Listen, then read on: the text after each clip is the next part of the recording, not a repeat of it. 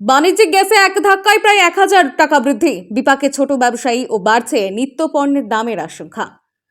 5 রাজ্যের নির্বাচন মিটতেই জ্বালানি গ্যাসের দামে বড়সড় পরিবর্তন। এক ধাক্কায় প্রায় 994 টাকা বেড়ে গেল বাণিজ্যিক গ্যাসের দাম, যা কার্যত 1000 টাকার কাছাকাছি বৃদ্ধি।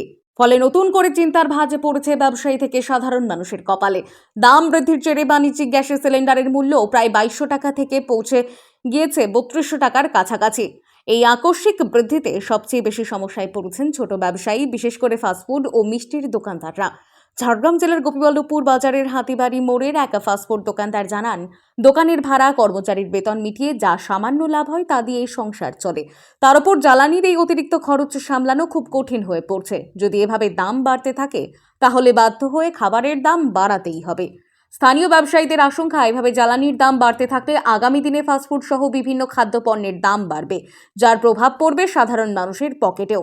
ইতিমধ্যেই বাজারে নিত্য প্রয়োজনীয় জিনিসের দাম বৃদ্ধি নিয়ে উদ্বিগ্ন ক্রেতারা। এদিকে অনেকেরই প্রশ্ন, বাণিজ্যিক গ্যাসের পর কি এবার গৃহস্থলীর গ্যাসেরও দাম বাড়তে চলেছে?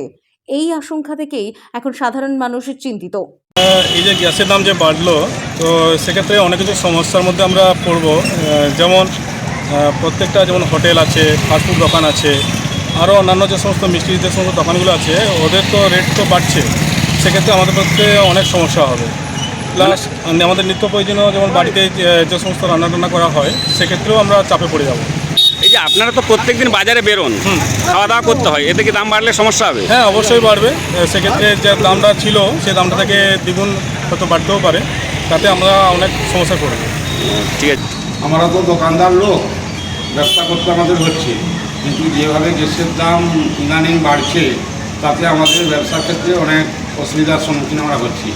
কেন কি আমাদের যে মালের কোয়ালিটি কিংবা আমরা যে মালটা বানাচ্ছি, আমাদের মালের দাম, জিনিসের দাম আমরা পাচ্ছি না, বাড়াতে পারছি না। আমাদের যা মেনু চার্ট আছে, রেট চার্জ আছে, সেই হিসাবে আমাদের বিক্রি করতে হচ্ছে। পাবলিক সেটা বুঝছে নি, কিন্তু তাতে আমাদের দোকানের ভাড়া, মিস্ত্রিদের বেতন এগুলো জোগাড় করে আমাদের মানে কিছু থাকছে না।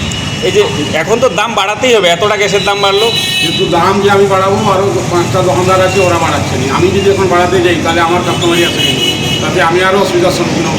ব্যুরো রিপোর্ট, বর্তমান টাইমস।